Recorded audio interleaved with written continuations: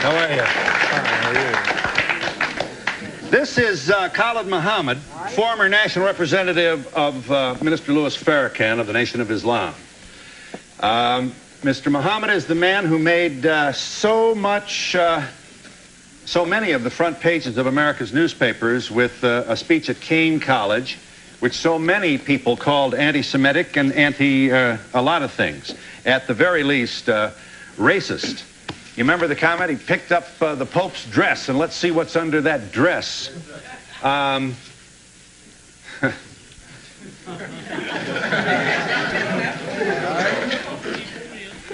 Here's what you said about Colin Ferguson, the man who shot a Jamaican black male who shot 6 people on the Long Island train. Mr. Muhammad speaks. Where they set black inmates up in these jails and penitentiaries, and in particular there in Nassau County, and pulled all the black officers out and the black inmates so they could jump on Brother Colin Ferguson, because they were mad with him for catching the Long Island train and killing all them white folks. I love Colin Ferguson.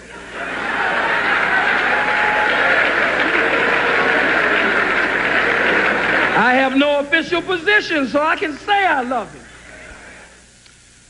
You love a man who randomly killed 6 people on a commuter train?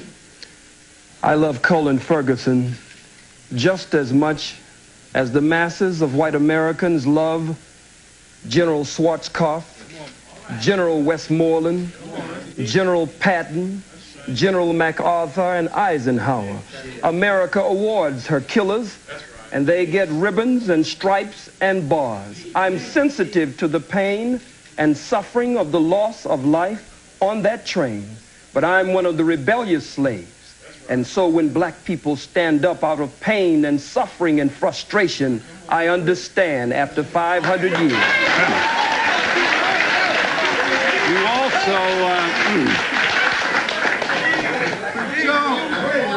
You talk about the response of some African Americans to, for example, the book which attempts to prove that the Jews are involved in the slave trade. I'd be happy to let them see that.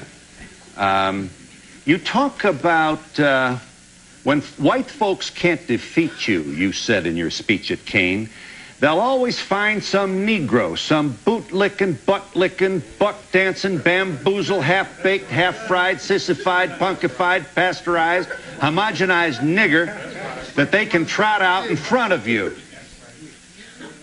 I would ask you, Mr. Muhammad, is Jesse Jackson a boot-licking, homogenized nigger?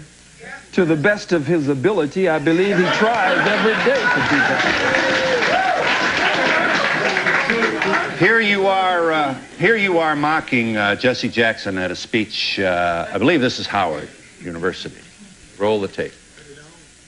Oh, boot-licking, buck-dancing, scratching, shuffling, messy Jesse Jackson. You keep.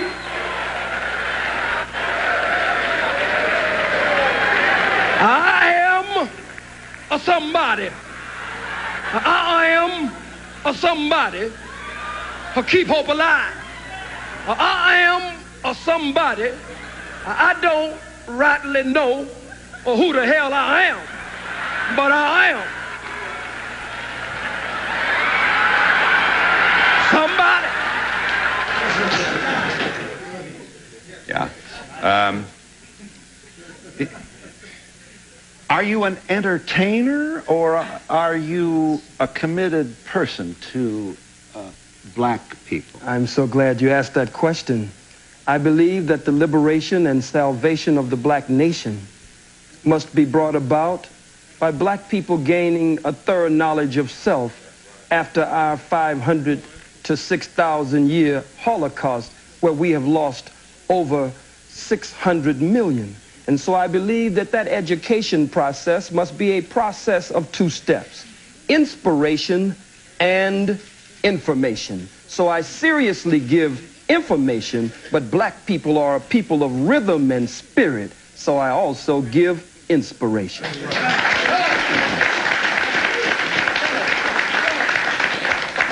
From your speech at Kane College in 1960, Chief Luthuli, the head of the ANC, received a Nobel Peace Prize, you reported to your audience, reminded them, for nonviolent struggle. Yeah. Just like Mandela just received it with F.W. de Klerk.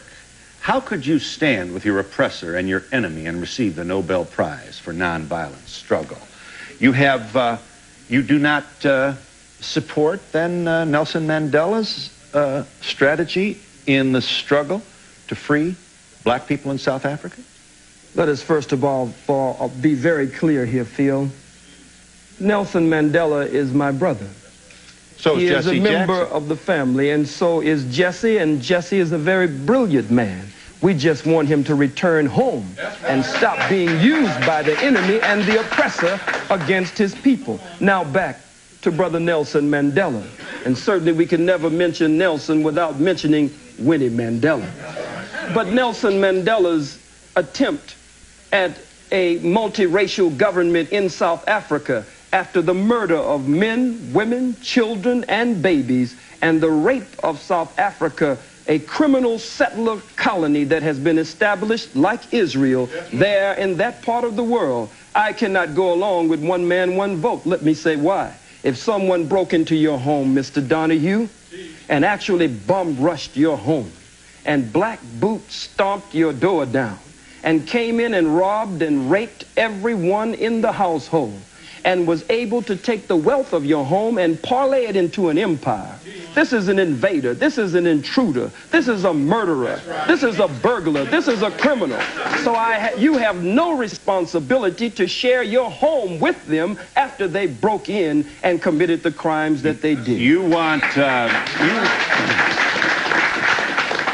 You said about South Africa, we give him, that is to say white people, 24 hours to get out of town by sundown. That's all. If he won't get out of town by sundown, we'll kill every white that ain't right that's in sight in South Africa. We kill the women, we kill the children, we kill the babies, we kill the blind, we kill the cripple. We kill them all. We kill the faggot. We kill the lesbian. We kill them all. You say, why kill the babies in South Africa? Because they're going to grow up and oppress our babies, so we kill the babies. Are you seriously presenting yourself as a man interested in the future of your people with this kind of rhetoric? I'm just as interested in the freedom of my people as I am in the self-determination or the Kujichagulia, self-development, them being self-defining, self-respecting, and self-defending. If the white man has killed millions of our people, and you cannot deny the undeniable and indisputable and irrefutable truth, fact, proof, and history of their bloodshed there in South Africa, I said it would be merciful if they would leave. I don't agree with a government, a sham government. No man walks out of prison after 27 years and becomes the president unless there's a script and a plan behind the scenes to remove the economic sanctions from whites in South Africa, but no real plan for redistribution of the wealth. The Oppenheimers, the De Beers, and others there sucking the blood of our people. So I said, be merciful. Give them a period of time. 24 hours. Truman gave the Japanese a period of time, but when they didn't comply, he dropped the bomb on men, women, children, and babies. I make no apology for that statement. I believe that the invasion of South Africa was an act of unprovoked war. One nation against another nation, and nations must fight for the self-determination. They had no business there, Mr. Donahue. Yes. Would you like to see Aristide return to Haiti to his rightful, duly elected position as president? From what I have learned and studied of President Aristide, from what I can see and those I've been privileged to talk to who are close to him, he appears to be a very sincere man. He appears to be a man who really loves our people there and wants to see our people breathe free and correct the problems that colonialism and other disruptions is very definitely at the root of. However, Phil, I do not want to see my beloved brother, President Aristide, returned to Haiti by the power of a Bill Clinton. because if Bill Clinton can help to return him there, he will always attempt to be the puppeteer who will pull the strings and try to dictate to my brother how he should carry out the affairs of government there. Your comments appear to bespeak a political position in which you have no interest at all in reaching out and hoping and working for a multiracial community of harmony and peace. Am I correct in saying you have forsaken that ideal? My arms are tired, Phil. We've reached out for 500 years. Too late now. We've faced tanks. We've faced water hoses and cattle prods. Vicious dogs bit the breast of black women off in those protest marches of the civil rights movement. Vicious four-legged dogs sicked on us by two-legged dogs, bit into the groin and the private parts of black men, women, and children. So, Mr. Donahue, I believe that the white man is absolutely disagreeable to live with in peace, and that no one has been able to get along with him nowhere on the face 196,940,000 square miles of the planet Earth. And so you will continue this rhetoric. You will continue and action. And action. Action. What kind of action? Strategy to affect what in the United States of America? Let's start with us. No wise general sits with a representative of the opposition to discuss battle strategy and battle plans before the entire world. I don't think that would be wise. But the mission of the most honorable Elijah Muhammad and the mission of my spiritual father, the Honorable Minister Louis Farrakhan, whom I love very much, and I want to be in that number when he takes 1 million black men to Washington, D.C. to call for reparations and justice. Their work is a work of liberation and salvation. Their work is a work to raise the mentally and spiritually dead black man and woman after we have been robbed of our names, our language, our religion, our culture, our God, our folkways, mores, and robbed of a power, the power of our own being. Lift up the Pope's skirt to see what's under there. This is high school stuff. Words like faggot. It's an immature sort of failure to really get out of the old Beavis Butthead kind of environment. Certainly you can't be proud of this kind of language that you use. Well, if it is high school, then the Bible, listen for a second, the Bible speaks of lifting up the skirts of the garment. Oh, I'm surprised that you feel. It's a metaphor. It's symbolic language. I'm not at all interested in what is under the Pope's clothes. I'm not into that. It's a metaphor.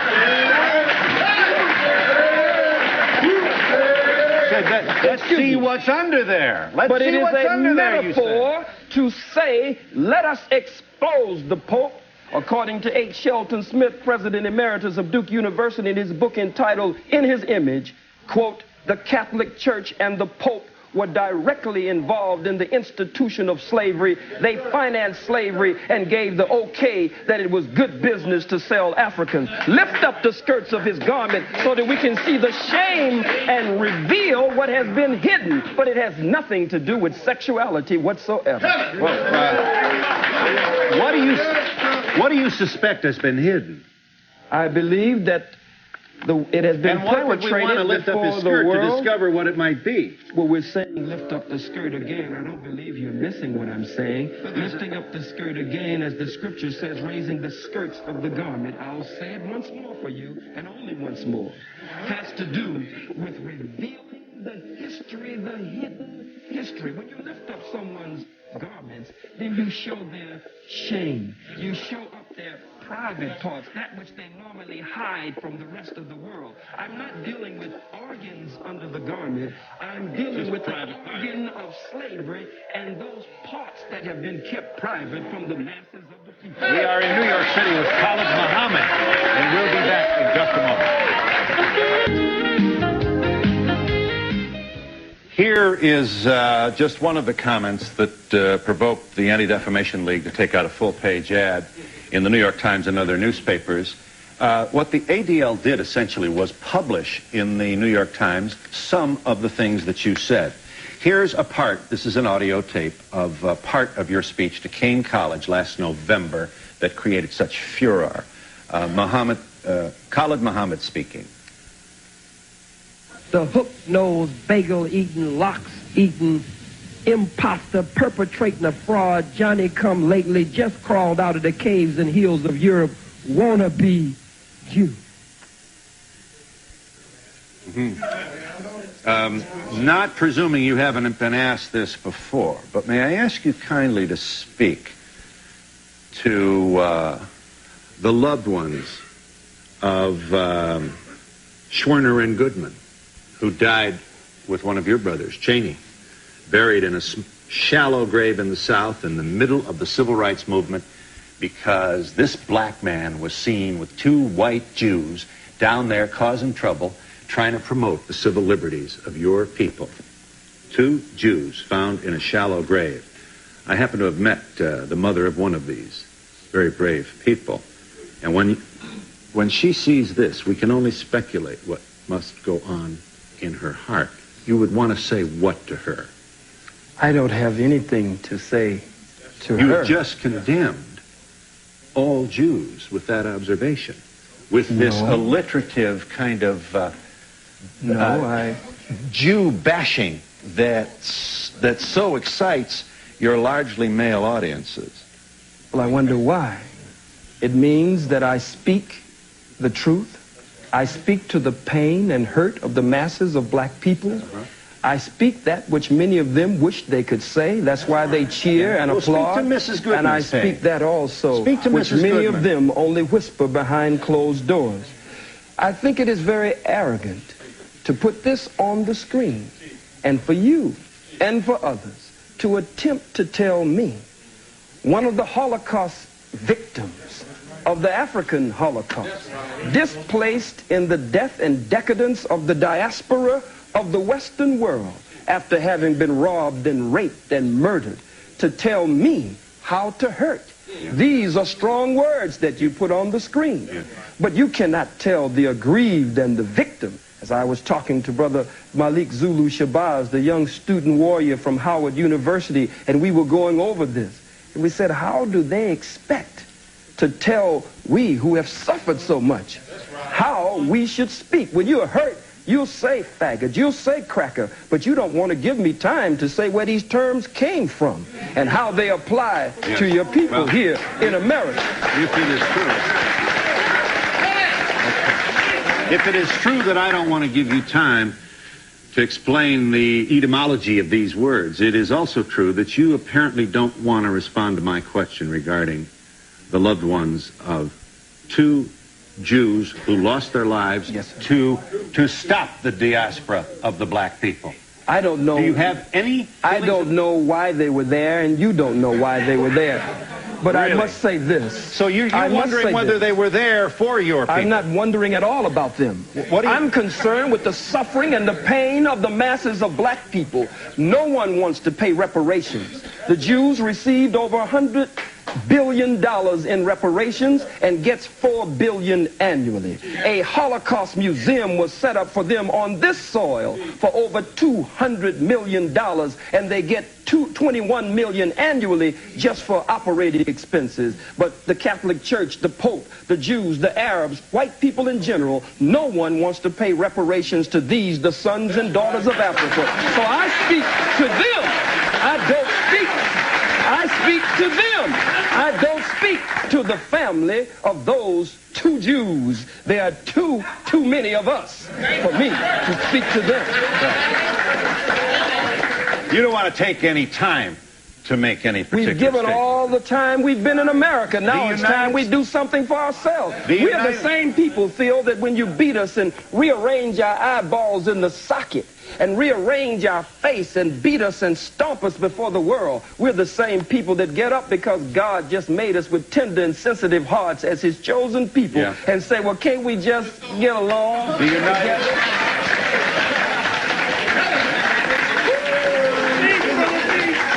The United States House of Representatives, in an unprecedented action. I don't know whether there's a precedent for the U.S. House to take its time to debate and vote on the condemnation of a private citizen, but it has done that. 435 members of the House of Representatives debating the condemnation of Mr. Muhammad. Here are two members of the House on opposing sides. Calling for the censoring of Mr. Muhammad is Congressman Lantos, followed by Congressman Abercrombie, who makes a statement in behalf of free speech. Watch this, House of Representatives. On November 29, 1993, at Keene College in New Jersey, Mr. Khalid Mohammed, a senior representative of the Nation of Islam, delivered an outrageous and violent attack on the principles of racial, religious, and ethnic intolerance. His attempt to incite violence by preaching bigotry and hatred must be swiftly and forcefully condemned by this body. Governmental sanction against any speech, objectionable as it may be, is always suspect.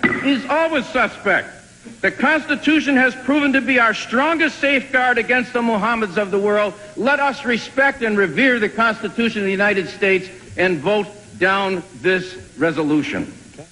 Congressman Abercrombie's position did not carry. The final vote by the House of Representatives on the matter of condemning Mr. Muhammad was 361 yea, 34 nay. You have, sir, been condemned by the United States House of Representatives. I assume you are flattered by that action.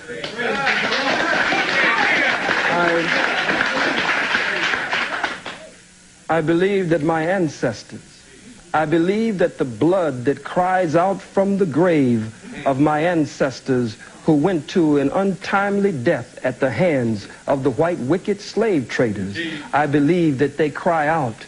Their spirit is around me and their spirit emanates from me. And I believe that as a righteous man of God, but as a freedom fighter and a revolutionary, it is one of the greatest honors that could be paid. And we'll be back in just a moment.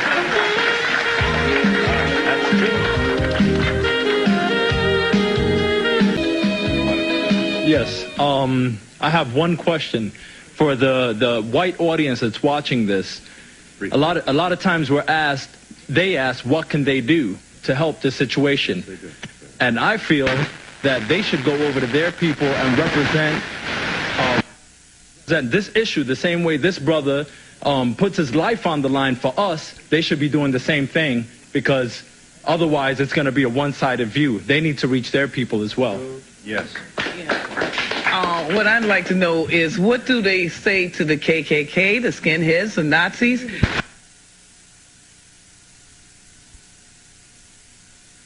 All white folks support the KKK. Well, enough of them do. Yes. Nobody says anything about, nobody disputes the facts or his facts. His facts are right and exact, and no scholar will debate Dr. Khalid, because Dr. Khalid is right. I'm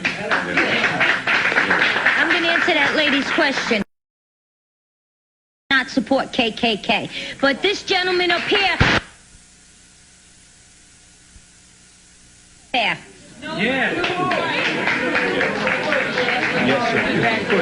Yes, my thing is, if what he's saying is not true, let's bring somebody forward to prove him to be a liar. Briefly, please. Muhammad, can you please tell me why it's blacks who are killing in Rwanda and other places? And can you please tell me why from Haiti, blacks from Haiti are just risking their lives to come here to the United States of America? I'll tell you if I get a chance. Black people have been robbed, as I said earlier, of a knowledge of self. And when you rob people, sir, of a knowledge of self, then it means that they start to take on the characteristics and the nature of their oppressor and their colonizer. And his mind, by automatic, systematic, remote control, rules in our people. He gives them the guns and the weapons and the drugs and the alcohol, the way you did our brothers, the red man and the red woman, brothers and sisters, the way you did our Latino brothers and sisters, and then you pit one against the other and then say, look at what these people are doing.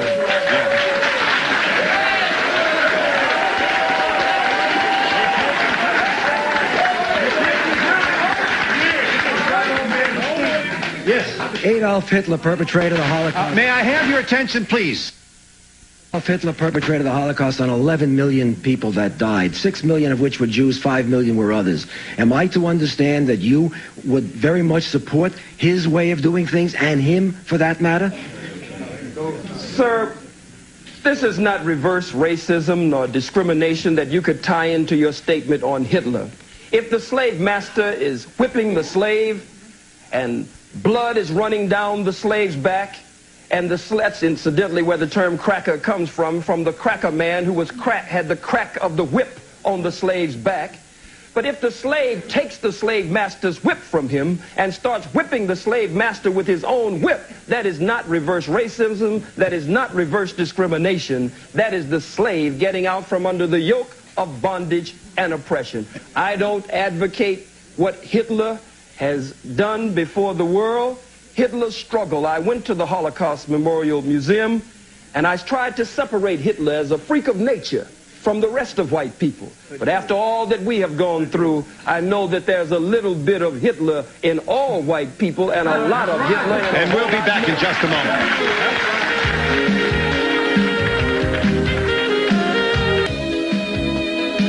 Sir, you wanted to say? Yes, to the Jewish brother up there. Well, not brother, but the Jewish man. What about Goldstein, who slaughtered 39 Palestinians and became a Jewish hero? Publicly, rabbis said what about the fingernails, Dr. Khalid? Said that the rabbis said that the fingernail of one Jew was worth more than all of the Arabs in the world. And the New York Times ran the lead story with the photo showing the Jews filing past his grave. Yes. They not only called him a hero, but a saint. Yes. May I make this point, Mr. Muhammad? The atrocity perpetrated by Goldstein was roundly and publicly condemned by the entire leadership of the Jewish community in America, as well as the leaders of the state of Israel. Let me ask you this. They publicly condemned that action, and I can't even get you to look into the camera and convey even the remotest notion that you have in your heart some love for two Jews who died trying to save black people in the South. I speak of You cannot get me to look into the camera and do that. Yeah. May I ask you to kindly speak to that? You cannot get me to look into the camera and show love for two Jews. I don't even know them. I live with this pain and suffering every day among my own people. Look at our babies. They're in the Oakland, in the Bay Area. They're watching Schindler's List. You have your Schindler's List, but for us it's been a swindler's list because someone is attempting to steal our birthright. They stopped the movie. Take our babies out of the movie as though it's such a moral outrage. And then Spielberg comes in. The governor comes in. What about the statements of the Jew Howard Stern, the comedian Jackie Mason? What about Moshe Dayan? What about the fact that members of the Senate have made racist comments and Congress, and they were voting against me, but they were not brought up by their own colleagues in that so-called august body? Yes. Hello. What I'd like to point out is, just as you said that you can't judge all black people by one person, you can't judge white people by just Hitler. What you have to realize is that we're in a diverse nation, which is America, and we have a lot to learn from everybody in this room. I feel I do. From all black people, all white people, and anyone else who happens to be in this room with me. America's the first nation. Briefly, sir. Yes, sir. Mr. Muhammad, could you please tell me, does Islam believe in Judaism and Christianity? And under Islam, are Jews and Christians are people of the book. Do you believe that? And further, do you believe, sir, that one people and one book sent by the same one God? And you referred to the people up front that they are your brothers. Is it possible, Muhammad, Mr. Muhammad, that I am your brother also? And is it also possible that we are brothers truly responsible for each other? Is that possible? The Holy Quran says that the messenger of God believes in what has been revealed, and so do the believers. And I am a believer. In Islam, we believe in one God whose personal and proper name is Allah subhanahu wa ta'ala. And that one God, we believe, sent all the prophets and the great ones in the great line of divine, and we believe in all of the revealed scriptures. I don't know you, sir. I could feel that if you were attempting to live according to the law of God, then you might be my brother in the faith, but not my brother by nature. Mr. Muhammad, are you aware, Mr. Muhammad, that the courts-martial system on or about or in or about World War II condemned many black sailors for their involvement in handling munitions, where many of them died as a result of their handling these munitions? Would you believe, Mr. Muhammad, that the Jewish war veterans that I'm proud to represent took this issue on, and we have condemned the United States Navy as it relates to the deaths of these sailors, and we have condemned them for their continuance dishonorable discharge of these black sailors? I ask you, Mr. Muhammad, what have you done on this specific issue? Well, it's kind of difficult to believe you on anything, but I would say this, that I do know that during that same war, that America was, as is today, so racist until the German officers, when they were captured, could eat in the same mess hall and have the same accommodations as the white American officers. But the black troops were segregated, couldn't come into that mess hall unless they were scrubbing the floors and washing dishes. So it was a white man honoring another white man, though one was American and one was German, and they were supposed to be enemies. There was still a tie that was able to bind the two together. And we'll be back in just a moment. Yes. You want to show that? What is that? Is that a... It's a black man being burned alive with an audience like this cheering and applauding and tiptoeing to get in the picture. Mm-hmm. Yes, ma'am. Yes, hi. Yes. I'm representing Queens College, and everyone is talking about that we have as students is our history is not being taught in the textbooks. Right. And by me being a student and a citizen of America, yes, I would like to know, when is that time going to come so you can learn about my history and understand my people? We are not in your books. Yes. Sir. Yes, Phil, I like to say that, you know, what he's saying is being backed up by Jewish scholars as well. This is not only the information that Khalid has. Jewish scholars have the information. I'm from Fort Worth, Texas. He came to Fort Worth, Texas, where the police department is killing black men wholesale. 6 black men have been killed in less than a year. But through his effort, there's been a change on the gang members' part in our community. So we appreciate Brother Khalid.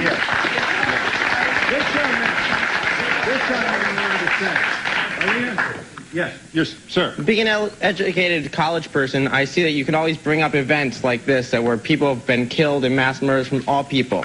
Let's learn off the past and not make high school comments like yours and put down Hitler-like manners and try to form peace and learn off the past and from the future. Sir, you wanted to say. Sir. Right here. Yes, sir. I'd like to see us lay to rest this whole notion of anti-Semitism. The one thing that is an incorrect statement, because the whole idea of a Semites were people who lived in southwestern Asia, including northeast Africa and the Arabian Peninsula, who spoke Ugaritic, who spoke Ge'ez, who spoke Ethiopic, spoke Hebrew, who spoke Arabic. Those are our people. We are a Semitic people. Therefore, we cannot be anti-Semitic. Ashkenazic Jews are calling us anti-Semitic. We cannot be anti-Semitic because we are the descendants of a Semitic people. Let's lay that to rest. That was a weapon in the hands of the Jews since 1870. They used it against other people, but it doesn't work against people in Northeast Africa. Thank you. Beautiful. Sir, I did it. Let this young man make his point. I can't believe exactly what I'm hearing. We went to war in World War II to fight for the freedom of speech. We didn't fight for freedom of speech of hatred. Many of our members, I'm the National Commander of Jewish War Veterans, and over 50,000 of our men died fighting for your right to free speech here now. I don't understand why you come out with such hatred. Phil, excuse me, Phil. Mr. Muhammad, sir. You make me sick to my stomach with that. Because at the same time that you were fighting, you were not fighting for the freedom and independence of black people. Soldiers, black soldiers in segregated companies lost their lives on foreign soil there, but would have to come back and fight just to get a bite to eat and not have to go to the toilet on the side of the road somewhere in the bushes. So you're nothing but hypocrites, and you won't pull that small-time stuff over on me.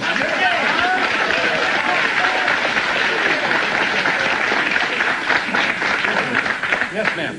Why don't we talk about how the merchant Jews come into our black neighborhoods and they suck the life and the money out of our neighborhoods and put it back into their neighborhoods? Yeah. Briefly, sir. Briefly. First of all, I'd like to say peace to all the gods and earths and all the people that came here to represent. Brother Khalid is definitely a true warrior in the cause of black struggle. What I'd like to say as a young black youth is that I feel that America has subjected me to a Holocaust. You understand? From all my ancestors all the way back to even right now, Rodney King, the brother in Staten Island, all we've been subject to is death and destruction here. And as far as Jewish people, in the Bible, it say that ye are of the synagogue of Satan. And I'd like to ask you people, why do you feel that you have cornered the market on sympathy, and why can't you feel the pain of the black Holocaust? Why do you think that when we say the black Holocaust that it's some blasphemous statement? I'd like for y'all to address that. Yes. All right. Beautiful. First of all, sir. Yes, first of all, with regard to the last speaker, the NAACP was partially founded by Jews. But now I'll get to my question. All right. Now let me just say one final point. Eldridge Cleaver once said, if you're not part of the solution, you're part of the problem. And I'd like to just end this show, hopefully, by some positive note and ask Khalid if perhaps he'd tell us what his real agenda is. Is it just to go out and try to talk about hating people, or are we going to have a race war, or are we going to have cooperation? We're going to try to work together. Yes, thank you for the question. I'll give you an opportunity to answer that question when we come back in just a moment. Area code. Pursuant to our agreement with Khalid Muhammad, I'm pleased to share this number with you. This is the Black African Holocaust Council 800 number, 1-800-859-0170. I say again, this 800 number is 859-0170, the Black African Holocaust Council. The gentleman has a question of Mr. Muhammad. Are we going to preach hate? Are we going to have a race war? Where are we going, and what would you like to do to promote where you think we should go? We are taught by the Honorable Minister Louis Farrakhan to show courtesy, respect, and kindness, to be polite to all people as long as they are courteous, respectful, kind, and polite to us. But we must look at the fact that we don't teach hatred. Everywhere we go as black people, we face hatred. Look at it. Look at it. Angel food cake, white people say, is white. Devil's food cake, you say, is black. You wear white to weddings and black to funerals. Black ball, black male. You give us a blonde-haired, blue-eyed, pale-skinned, buttermilk complexion Jesus in contradiction to the black Jesus with nappy hair in the Bible. Our own babies, according to behavioral scientists, our baby girls, when confronted with choosing between a black doll and a white doll, there has been so much damage done, they choose the white doll and say the black doll is ugly. So racism is everywhere, and it's institutionalized. We cannot really be racist because racism is prejudice plus power. Nothing I say up here nor anywhere in the world will impact, stop fronting, will impact on any white folks in this audience, on your job, in politics, in economics, in housing, in the society. We don't have the power to do that, so we cannot be racist. You know what I'm saying?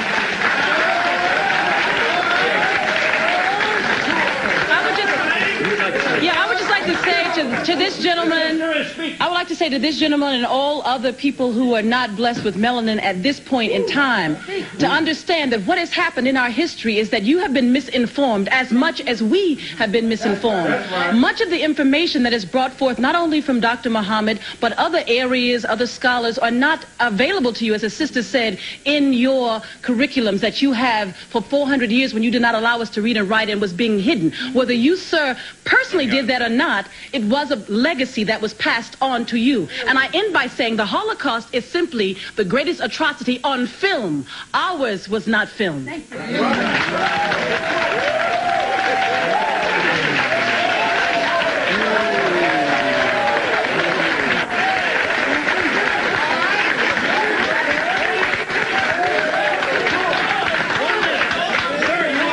Yes. I don't understand Islam. I am a Christian. May I have your attention, please? Certainly. But I am a Christian, and you mentioned Jesus. Let's go back historically and see what Jesus did. Jesus died for me, and he died for you. Jesus is a God that loves all men, and all men are created equal. I just wanted to answer the gentleman over here's question. This young man wants to answer you. With respect to the race war, there will be a battle between black and white. And I fast and pray today that God, Allah, in his good time, remove all white folks from the planet Earth. And we'll be back in just a moment.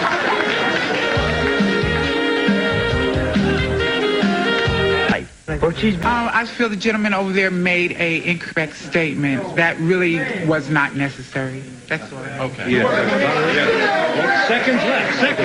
Yes, ma'am. I just want to say yes, that my love and loyalty goes to Dr. Muhammad. And sister over here is a little lost. She got the contact lenses in, you know, the fake lenses, but we won't go into that, you know, it's no news.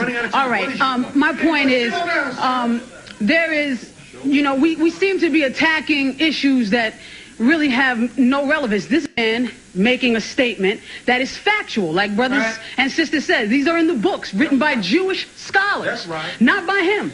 He's just quoting, and we're attacking him. So, what's the name of this book, brother, please? Secret Relationship Between Blacks and Jews. Okay. Yes. I have time only to thank you all for your contribution to our discussion. Thank you for joining us. Join me in thanking all the speakers for their contribution. Services provided and promotional fees paid by the following.